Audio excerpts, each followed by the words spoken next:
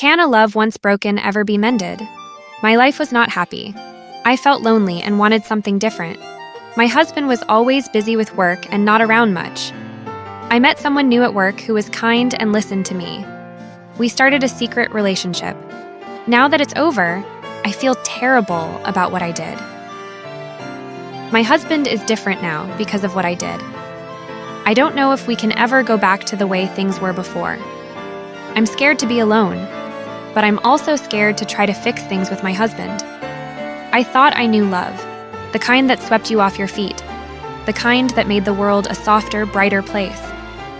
But then came the storm, a tempest that tore through my life, leaving wreckage in its wake. It started innocently enough. Daniel, my husband, a man with a briefcase for a heart, was always on the road. Consulting, he called it. But to me, it felt like an endless business trip, leaving me stranded in a house that echoed with silence. The loneliness crept in, insidious and cold, especially when the morning sickness hit. Then Ben, my coworker, with her sympathetic ear and knowing glances, became my confidant. He painted a picture of Daniel as a city slicker, a man with a secret life, a double existence I couldn't fathom. My imagination, fueled by fear and isolation, filled in the blanks. And before I knew it, I was falling into a chasm of doubt and desperation. Ben was a true romantic. His promises of understanding and comfort were a dangerous lure. Our first encounter was hesitant, a tentative exploration of forbidden territory. His touch was gentle, almost apologetic, as if he was consoling a wounded animal. But beneath the surface, there was a raw hunger, a primal need that mirrored my own. His lips met mine with a tentative softness, as if he was unsure of the ground beneath him. Yet, there was a magnetic pull, an undeniable force drawing us closer. My hands, trembling slightly, found their way to his hair, the silky strands a comfort in the storm of sensations. As our bodies began to intertwine, the tentative exploration transformed into a passionate dance. His touch, once gentle, now ignited a fire within me. The raw hunger that had simmered beneath the surface erupted, consuming us both. With each stolen moment, the boundaries between us blurred.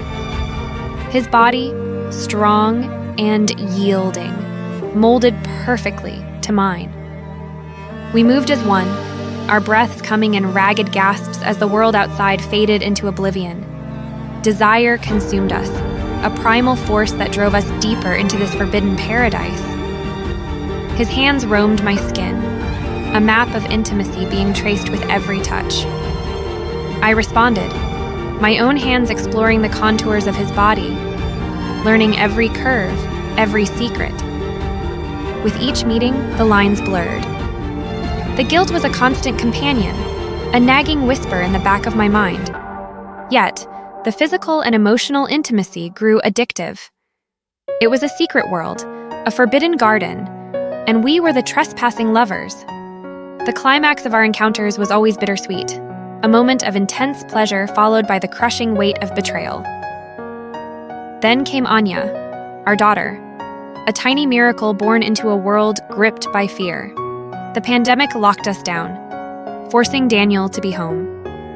Watching him cradle our baby, his face etched with a love I hadn't seen in years, a wave of guilt washed over me. I confessed everything, the truth pouring out like a dam breaking. The aftermath was a maelstrom of emotions. Daniel, devastated but resolute, chose to stay.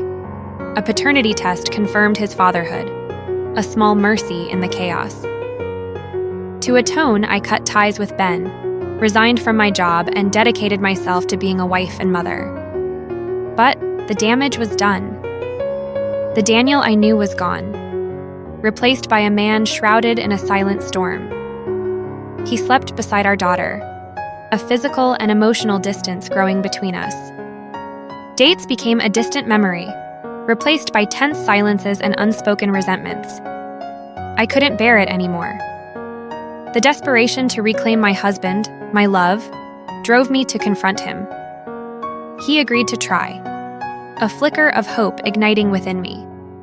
But the intimacy was a hollow shell. His body was present, but his soul was absent. It was a mechanical performance, devoid of passion, of connection. The night I dressed up, hoping to reignite the spark, was a turning point. His words, a dagger to my heart, revealed the depth of his pain and mistrust.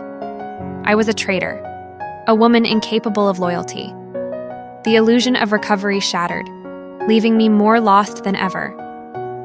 Now, I sit here, a prisoner of my own mistakes.